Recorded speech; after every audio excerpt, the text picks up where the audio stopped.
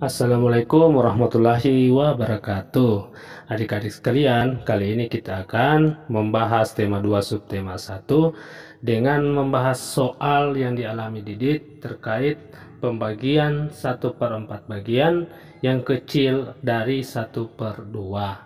Nah, di sini kita coba membantu Didit dari masalah yang dihadapi, perbandingan besar kecil 1/4 dari 1/2, dan selanjutnya kita mengurutkan pecahan yang terdiri di dalamnya adalah pecahan campuran dan pecahan biasa. Nah, bagaimana caranya mengurutkan? Oke adik-adik, kita simak videonya ya sampai habis, jangan sampai dilewati ya atau di skip, agar adik-adik semua bisa memahami sedetail-detailnya. Oke, kembali lagi dengan channel kita, channel kesayangan kita yang membagikan tips, tutorial, dan video pembelajaran Empana Punya Cerita. Oke, jangan lupa subscribe ya adik-adik sebelum menonton. Jangan lupa juga like dan bagikan ke teman kalian. Nah, kali ini kita akan belajar matematika, mengenal pecahan, makna, serta mengurutkan pecahan dari yang terkecil sampai yang terbesar. Kali ini kita akan mengupas soal kenapa kue Didit 1/4 lebih kecil dari ukuran kue 1/2.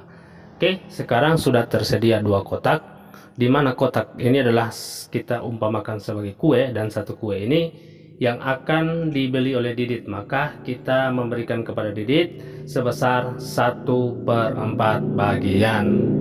Dan selanjutnya kue yang satunya lagi kita akan keluarkan sebesar 1/2 bagian.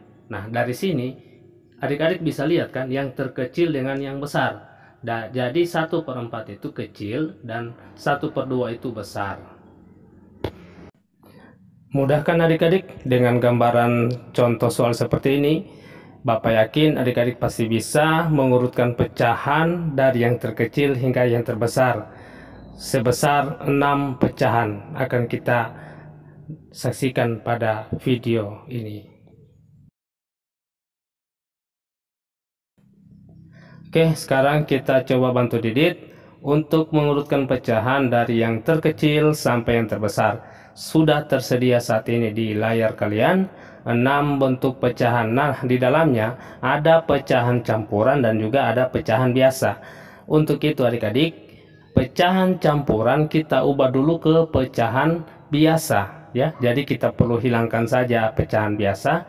Nah, kita akan mencari pecahan campuran. Oke, sama dengan caranya 2 kali 4 ditambah 1 sama dengan 9/4. Begitu juga pada 1/2/4. 1 kali 4 tambah 2 sama dengan 6/4. Selanjutnya 3/1/4 sama dengan 3 dikali 4 ditambah 1 sama dengan 13.